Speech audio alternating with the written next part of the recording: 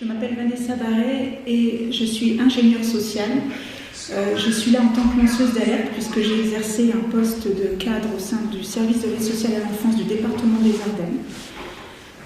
Durant 1 an et demi, j'expliquerai après pourquoi, mais je voudrais simplement préciser que le travail qu'a mené Marion Sigaud sur l'hôpital général est fondamental pour comprendre ce qui se passe aujourd'hui.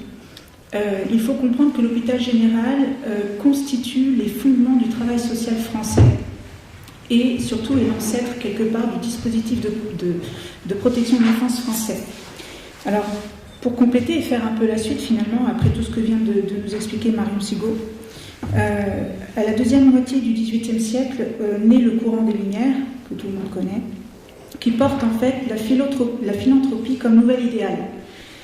La philanthropie nous vient d'Angleterre et s'exporte en France juste avant la Révolution. Elle va se développer au point de se substituer au fur et à mesure à la charité. La philanthropie est donc un mouvement qui prône l'amour de l'humanité et est à l'origine de l'idéologie des droits de l'homme. Alors, ce qui est important, c'est que à cette époque-là, on a un personnage, un philosophe anglais qui s'appelle John Locke, qui est le premier à poser comme principe un besoin de réformer l'éducation traditionnelle, et il va proposer un traité d'éducation qui s'appelle Quelques pensées sur l'éducation, qui paraît en 1693. Il faut savoir que dès le départ, cette idéologie-là qui est en train de naître est fortement liée à la finance mondialiste et à la franc-maçonnerie. John Locke a effectivement participé à la création de la Banque d'Angleterre. Il est membre des Lumières anglaises et qui elle-même d'ailleurs est liée à la Grande Loge d'Angleterre. Ce qui est important, c'est que John Locke a exercé une grande influence sur les Lumières et va particulièrement inspirer Jean-Jacques Rousseau, qui va, avec l'Émile ou de l'éducation, nous proposer une véritable méthode d'éducation qui va du berceau jusqu'à la majorité. Et cette éducation-là se base sur la psychologie et la nature. Et dans le même moment, en parallèle, en Allemagne, naît un mouvement qui s'appelle le philanthropinisme, qui est créé par Johann Besdow, qui lui prône l'illumination sexuelle aux enfants. Et tout cela va converger et va contribuer à la naissance de ce que l'on appelle l'éducation nouvelle, qui est un mouvement, un courant idéologique réformateur du système scolaire, mais aussi d'éducation des enfants, qui s'oppose complètement à la tradition. Et à partir de là, on va voir des philanthropes, donc des bourgeois, des riches messieurs, qui vont tenter de mettre en œuvre tous les principes énoncés par Jean-Jacques Rousseau dans l'Émile, dans des orphelinats qu'ils vont ouvrir eux-mêmes, parfois se faire financer par des bourgeois, par des chefs d'entreprise, etc. En parallèle, certains d'entre eux vont décider d'ouvrir des écoles spécifiquement dédiées aux enfants des élites.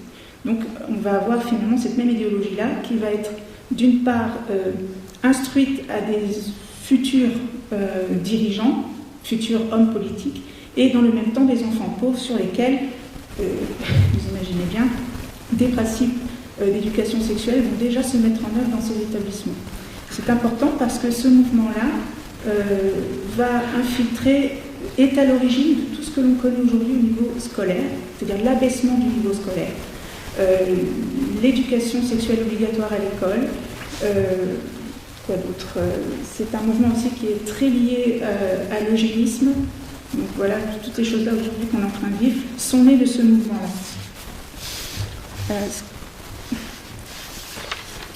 Il faut savoir que le philanthropisme va tout au long du XVIIIe siècle cohabiter avec le religieux. En 1793, la Constitution pose l'obligation de la nation à traiter la question sociale. Mais c'est seulement sous la Troisième République que l'État va s'emparer de la question sociale. Tout au long du XIXe siècle, c'est vraiment les œuvres privées philanthropiques et religieuses qui vont gérer ensemble la charité.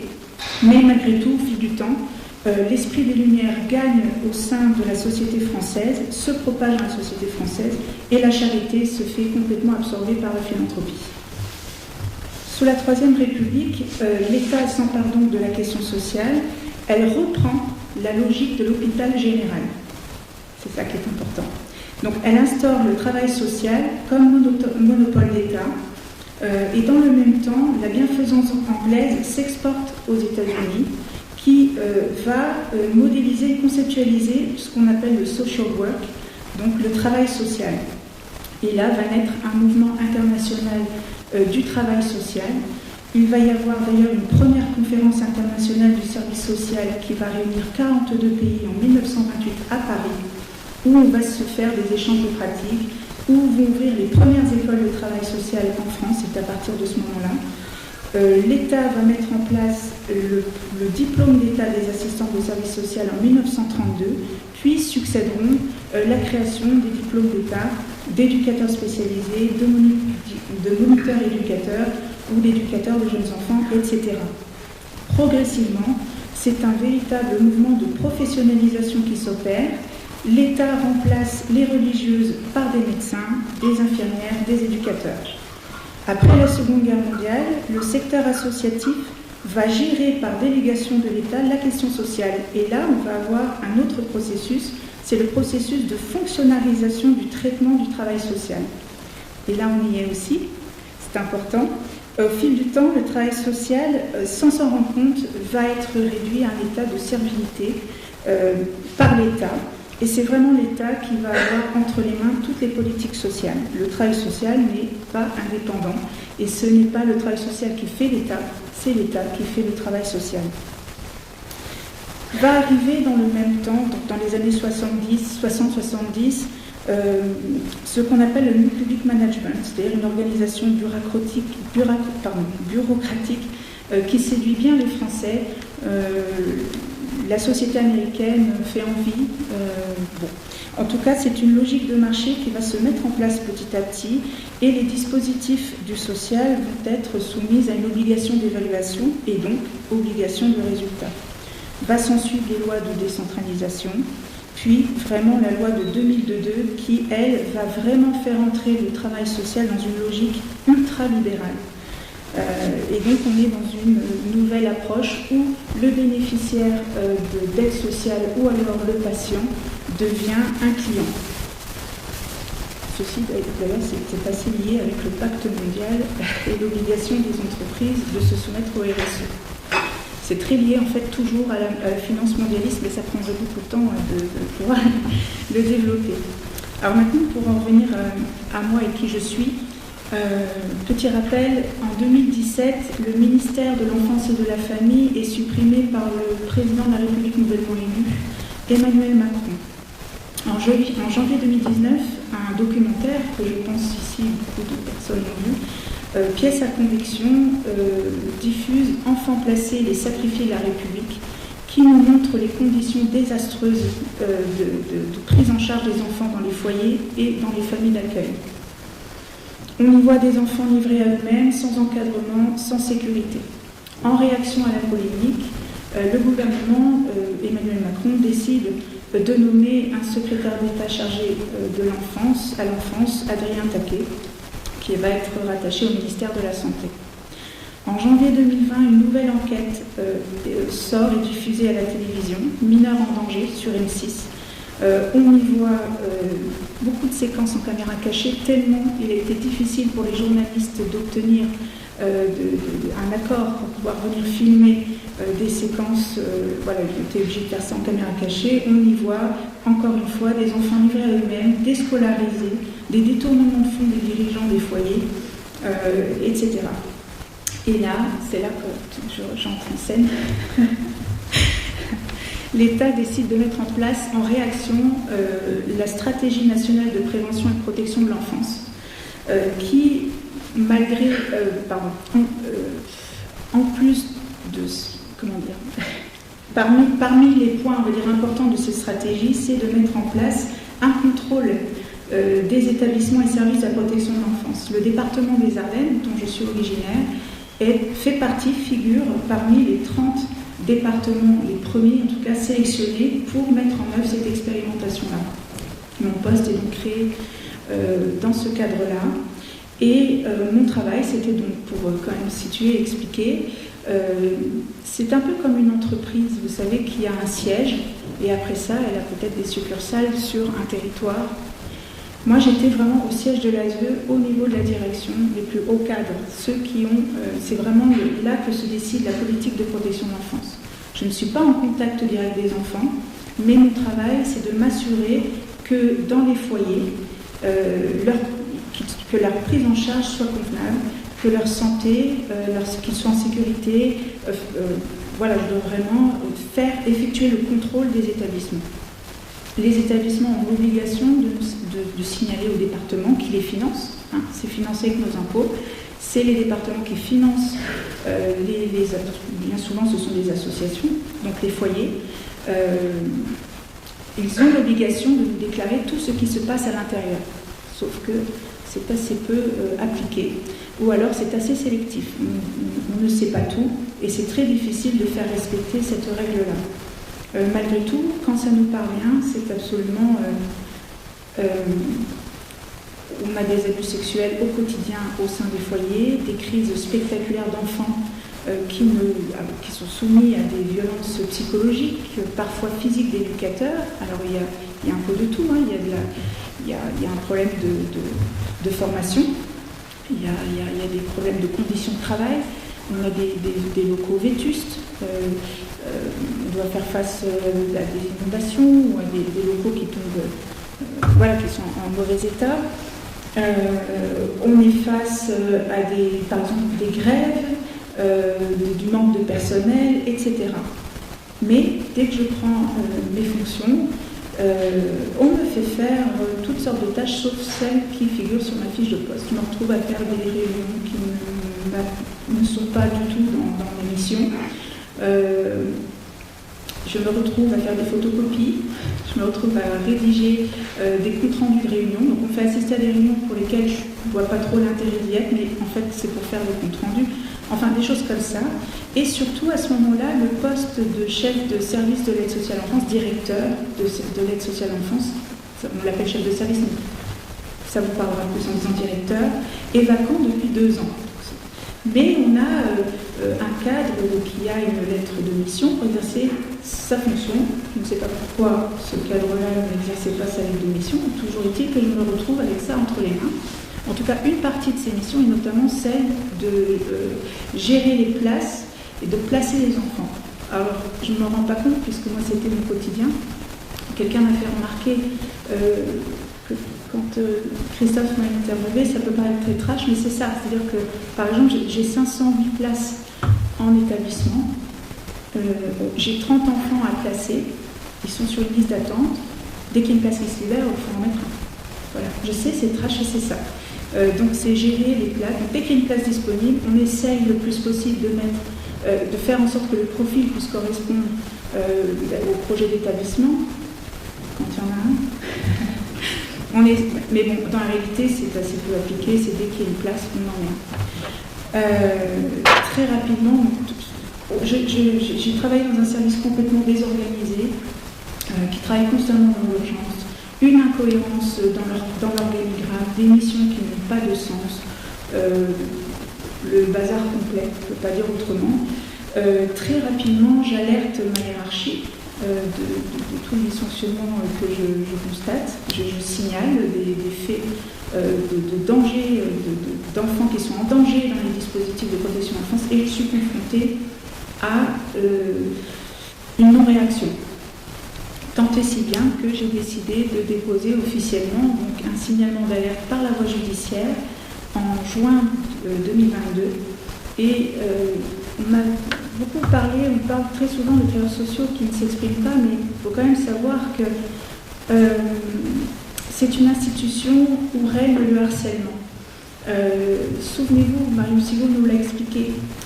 À l'origine de la création de l'hôpital général, on a la Compagnie du Saint-Sacrement qui est une secte. Et on retrouve exactement des mécanismes sectaires au sein de l'institution de l'ASE. Il y a une véritable emprise de l'institution sur les agents qui y travaillent. Dès lors que vous remettez en question le fonctionnement de l'institution, vous êtes harcelés, vous êtes placardisés. Il faut savoir également que les éducateurs suivis de placement, qui sont des éducateurs chargés du suivi du parcours de l'enfant au sein de l'institution, se voient parfois, modifier leur rapport par la hiérarchie si elle n'est pas d'accord avec le diagnostic, avec l'éducateur.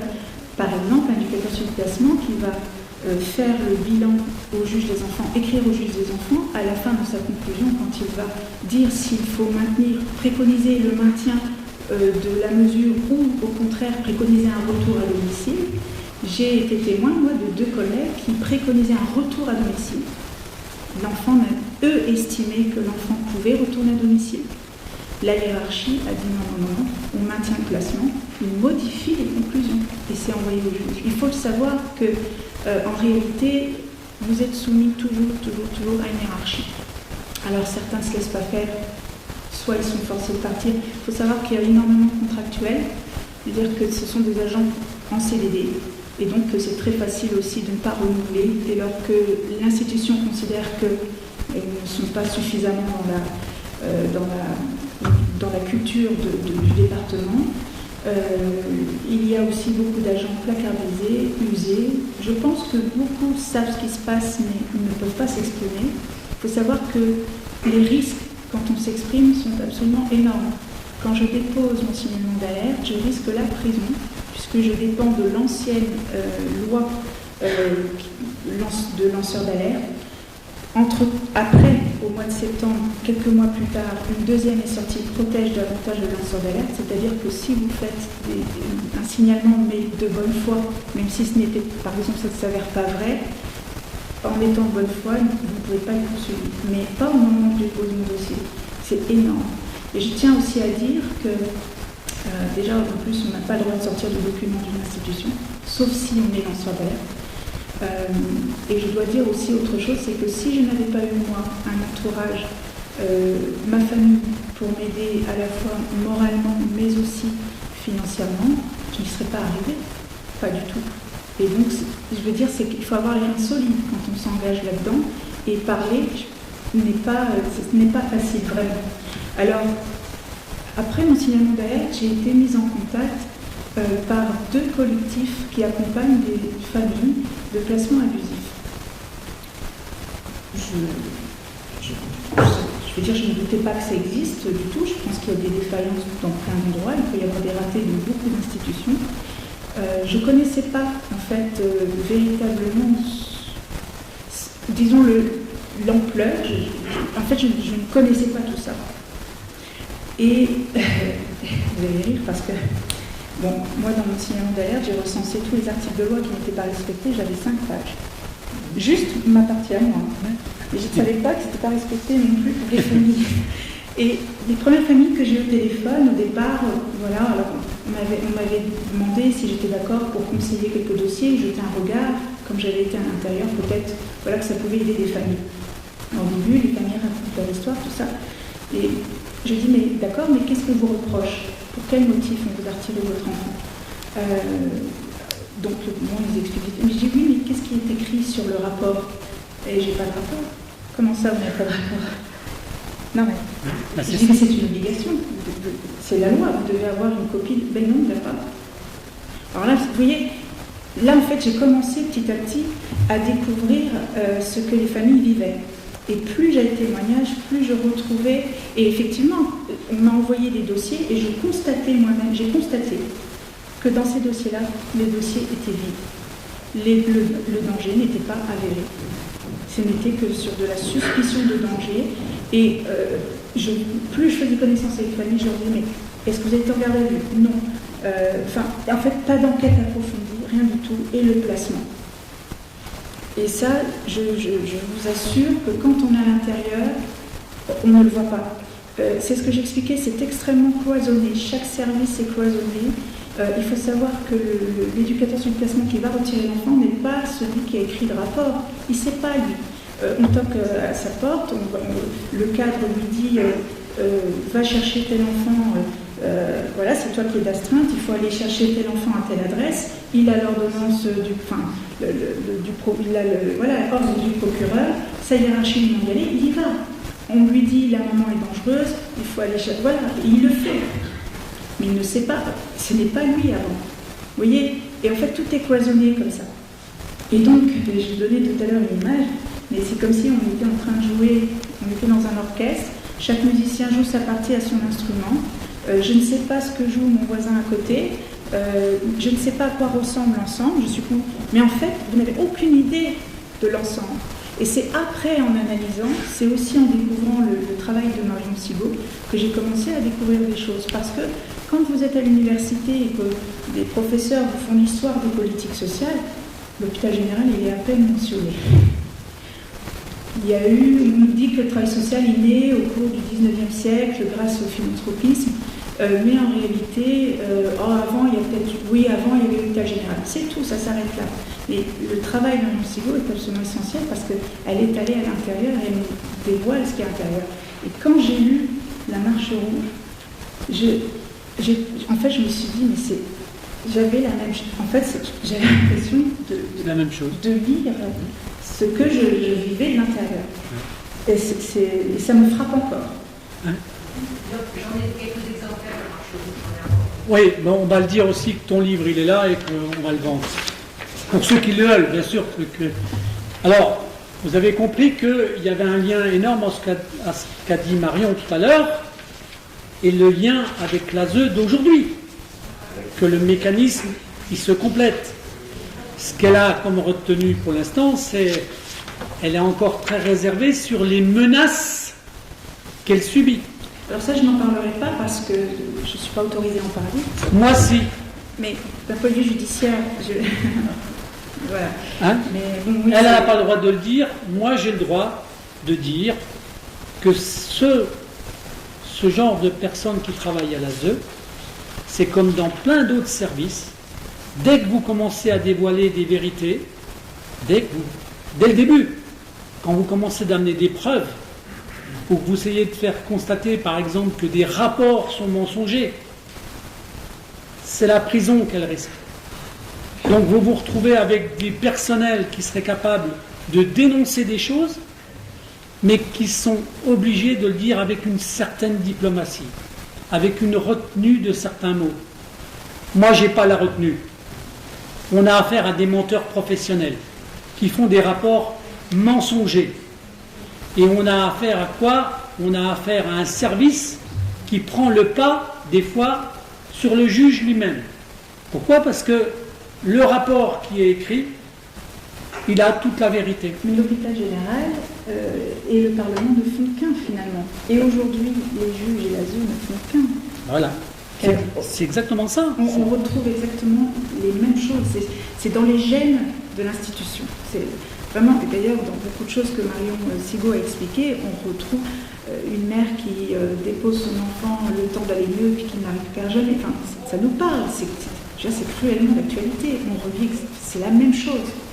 En fait, je dis toujours, c'est comme si on était devant la même pièce de théâtre, on changeait ce décor. Vous avez le décor de l'époque, mais là on change tout, on met un décor moderne, en réalité on vit exactement la même chose. J'ai perdu le fil. C'est pas grave, on va compléter, ne vous inquiétez pas. Donc, tu étais dans la continuité de ce que toi tu subissais, donc ce que tu constatais dans tes services. Ah oui. C'est-à-dire que je peux vous dire que j'ai passé des sales moments en poste, parce que j'ai véritablement vécu parfois des états de sidération, vraiment. Face à l'incompétence de ma hiérarchie. Il faut savoir que moi, quand je postule, on me demande d'avoir un master, un niveau master. Ma hiérarchie, ils n'ont pas ça. Hein. Je suis face à... C'est-à-dire qu'on a des personnes qui ont entre les mains la politique de protection de l'enfance, qui sont des hauts cadres, qui n'ont pas de qualification pour les responsabilités qu'ils ont.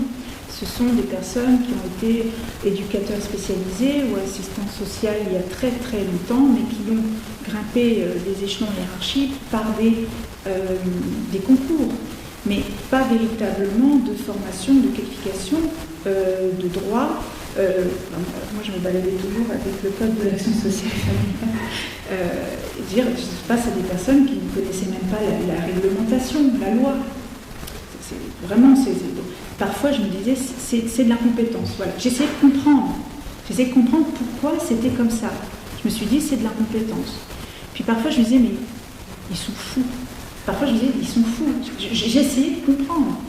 Et tout ça pour vous dire que c'est après, c'est en rencontrant des familles, c'est en lisant La Marche rouge, c'est en faisant des recherches sur la Convention internationale des droits de l'enfant, qui est finalement derrière, c'est un certain Janusz Korczak, un Polonais, médecin, franc-maçon, éducateur, il fait plein de trucs, il est journaliste, écrivain, etc. Et lui était un fervent défenseur de l'éducation nouvelle dont je vous parlais avant. L'éducation nouvelle qui est un mouvement anti-famille, anti-tradition. Comment voulez-vous aujourd'hui, finalement, que le droit des familles soit respecté quand vous savez qui sont ces gens-là et vers quoi, quelles idéologies se cachent derrière tout ça. Et tout ça pour dire qu'au final, je me suis dit, ce n'est pas de l'incompétence, c'est pas que des fous. C'est stratégique. Je me suis dit, j'ai identifié 3 raisons. La première, elle est financière. On en a largement parlé, on le sait, il y a une logique financière là-dedans. La deuxième, elle est idéologique, c'est ce qu'on m'a dit, c'est le cas général, c'est la destruction, c'est la volonté de l'État, c'est une politique volontaire de destruction de la famille et de l'enfance. Et avec tout ce que je viens de vous dire, donc l'hôpital général, et après tout ce qui a suivi ce mouvement-là, qui ont infiltré aussi l'éducation nationale. Et la dernière raison, qui est moins évidente, mais qui est déjà là avec l'hôpital général, la pédocriminalité, c'est-à-dire des enfants qui sont dans des dispositifs de protection de l'enfance, mais qui alimentent des trafics d'enfants. Et celle-là, elle est moins évidente, mais elle existe. Et en fait, elle est bien plus sous nos yeux qu'on ne le pense. Elle apparaît de plus en plus. Je ne sais pas si vous vous rendez compte maintenant des révélations qui sont en train d'apparaître. Alors, pourquoi ça apparaît? C'est très simple. C'est parce que un téléphone, c'est devenu une télévision. Et la deuxième chose, c'est la démultiplication des réseaux. C'est-à-dire que quand on s'amuse à faire un témoignage d'un papa, d'une maman qui dénonce un mécanisme, d'accord? Quand vous faites une seule émission, ça part sur de multiples canaux. Et le savoir de chacun, s'il est dans la complémentarité, si on fait ce qu'on appelle un collectif du savoir, d'accord? Avec des juristes, avec des avocats qui sont rebelles, parce que autant quand elle vous raconte que elle, cette petite Vanessa, d'accord, quand elle dénonce qu'elle a des menaces, vous avez la même chose chez les avocats. Quand vous avez un avocat qui commence à ouvrir sa gueule pour dénoncer des mécanismes, on leur casse leur carrière. Quand vous avez des juges qui essayent de dénoncer ces mécanismes-là, on les rapatrie dans des petits services à la merde. D'accord? Ça veut dire qu'à chaque fois que quelqu'un dénonce une vérité, à chaque fois on lui casse sa profession. Et après, il y a une deuxième perversité du système. Ce que j'ai appelé dans certaines vidéos où je vous dis que le silence, il est aussi dangereux que le mensonge. Pourquoi? C'est très simple. Vous avez des carrières, vous avez un travail, mais vous, en tant que travailleur, vous avez des charges sociales, vous avez une maison à payer, vous avez besoin d'avoir votre revenu. Et ça s'appelle une forme de chantage. C'est-à-dire que vous avez en flagrant délit plein de professions qui pourraient dénoncer des choses, mais qui ont des contraintes familiales, des contraintes de maison, des contraintes de vie. Et là, vous découvrez que le silence, il est aussi dangereux que le mensonge. Mais parce que ces personnes-là, elles sont automatiquement victimes si jamais elles parlent.